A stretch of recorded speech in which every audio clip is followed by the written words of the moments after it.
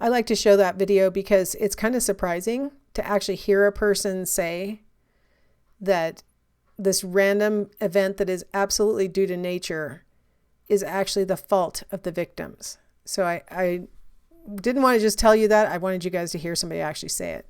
Now, in case you're thinking that it's him or it's the religion that he follows, I thought I'd share with you this webpage that compiles different explanations that have been provided for why the tsunami hit Indonesia back in, 2004 now? Again, not necessarily the most up-to-date webpage at this point, but because it's got a lot of these ads in it. But so we've got the tsunami as a warning, and this is being offered. We have Jewish, Christian, Muslim. There are even some other religions that are represented here. I'm trying to figure out. We got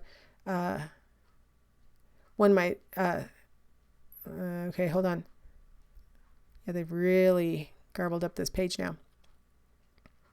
Saying that God spared all the Salvation officers' lives while causing the deaths of tens of thousands of Sri Lankans was one of the explanations. There was a warning that the Sri Lankans were living a bad life.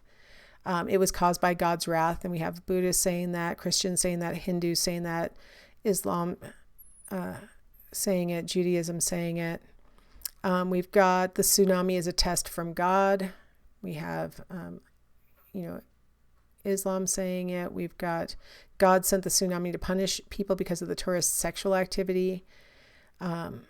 We've got the tsunami was part of God's plan. That's a really common thing for all religions to say, that like this was planned.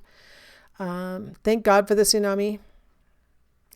Many Swedes died as punishment for their country's hate crime laws. What? There is nothing immoral about God engaging in mass murder. We have different religions saying that. So just in case you're thinking, oh, well, it's only certain people or certain religions that would say that, I don't think you can get a lot more random than a tsunami. I remember when the tsunami hit, and, I was a young adult, and my husband and I were like, I never thought I'd live to see the day that a tsunami wiped out, over 100,000 people. Like, I never thought that was going to happen. And then just a few years later, like 10 years later, the tsunami hit Japan. And we're like, oh my God, another tsunami.